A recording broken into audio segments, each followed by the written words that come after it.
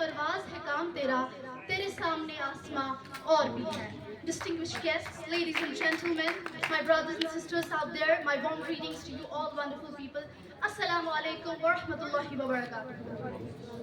Thank you. This is Ikra Fayaz on behalf of Government Degree College Duru, and I'm here to speak on the topic role of youth in elections. Starting off with the words of Allah subhanahu wa ta'ala, without the will of whom this assemblage would not have been possible. Bismillahir Rahmanir Rahim. Inna Allah ya'murukum an tu'adul amanati ila ahliha.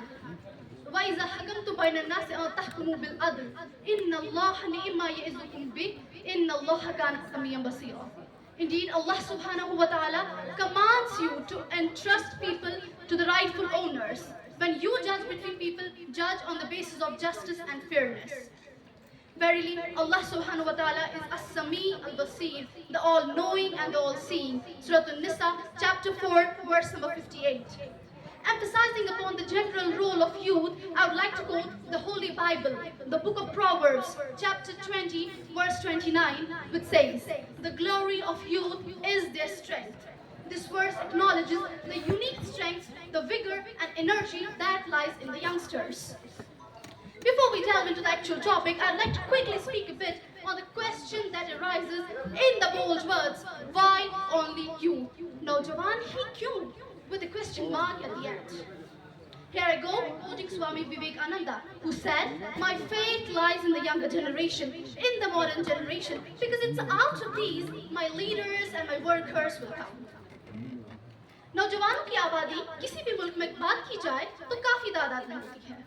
यूं अगर हिंदुस्तान की बात की जाए तो यहाँ इस कौम की आबादी, इस तबके की आबादी तकरीबन 65% है.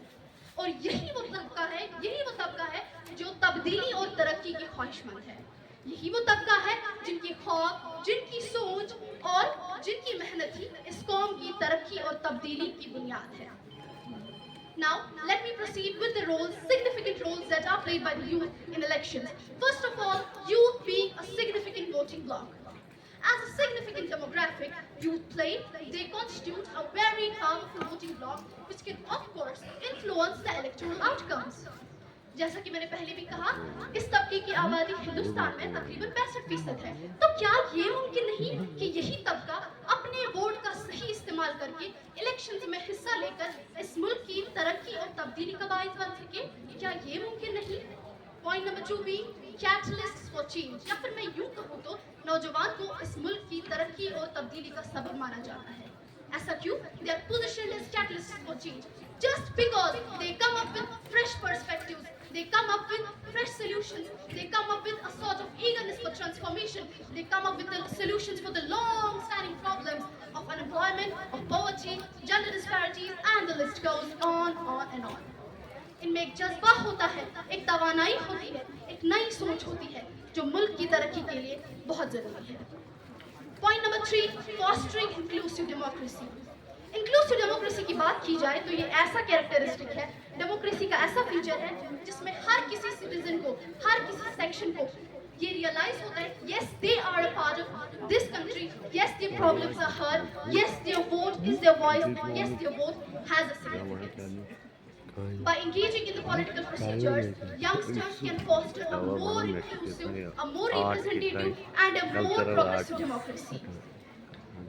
इंक्लूसिव डेमोक्रेसी और इंक्लूसिव इलेक्शंस की अगर बात करें तो ये तभी मुमकिन होंगे जब नौजवानों को पॉलिटिकल डिस्कशंस में इंक्लूड किया जाएगा, रिप्रेजेंट किया जाएगा, ताकि उनमें एक उम्मीद पैदा हो कि हाँ उनके मसाइल सुने जाते हैं, उन्हें हल भी किया जाता है.